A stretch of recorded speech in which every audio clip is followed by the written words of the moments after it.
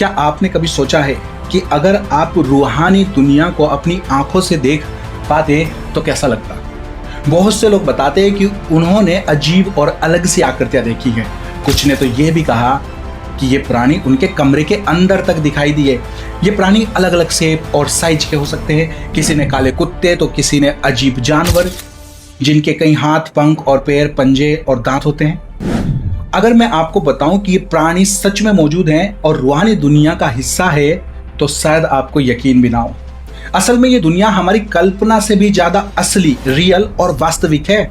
हम क्रिश्चियंस मानते हैं कि एक फिजिकल दुनिया है जिसे हम देख और छू सकते हैं और एक रूहानी दुनिया है जिसे हम सीधे देख या छू नहीं सकते। यही वो जगह है जहां स्पिरिचुअल बीइंग्स रहते हैं।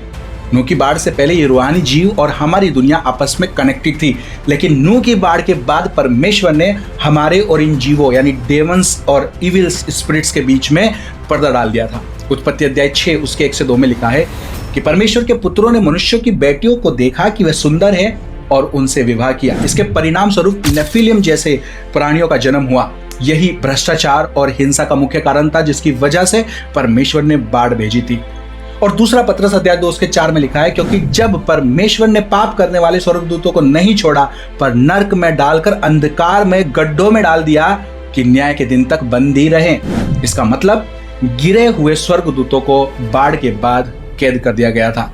और यहूदा अध्याय 1 उसके 6 में लिखा है, और उन स्वर्गदूतों को भी जिन्होंने अपनी प्रभुता को स्थिर नहीं रखा पर अपने रहने का स्थान छोड़ दिया, उनसे उन्हें बड़े दिन के न्याय तक सदा के बंधनों में अंधकार में रखा है। यानी बाढ़ के बाद इंसान और इन आत्माओं के बीच सीधा संपर्क रोक दिया गया था। और हनोक की किताब अध्याय 15 उसके 8 से 12 कहता है, और देख तो कि आत्माएं पृथ्वी पर भटकेंगी और वे मनुष्यों को सताएंगी, क्योंकि वे मनुष्य और स्वर्गदूतों से उत्पन्न हुए थे। उनकी आत्माएं पृथ्वी पर ही रहेंगी। बुक ऑफ इनोक के अध्याय 10 उसके 11 से 14 में भी लिखा है कि परमेश्वर ने गिरे हुए स्वर्गदूतों को बांधने का आदेश दिया और उनके बच्चों यानी कि नेफिलियम की आत्माओं को पृथ्वी पर भटकने के लिए छोड़ दिया। लेकिन इंसानों से सीधा फेस टू फेस कनेक्शन खत्म कर दिया गया। ये पूरा वीडियो आप देख सकते हैं हमारे YouTube चैनल WTL पर। चैनल को फॉलो और सब्सक्राइब करना बिल्कुल ना भूलें। Thank you. may God bless you।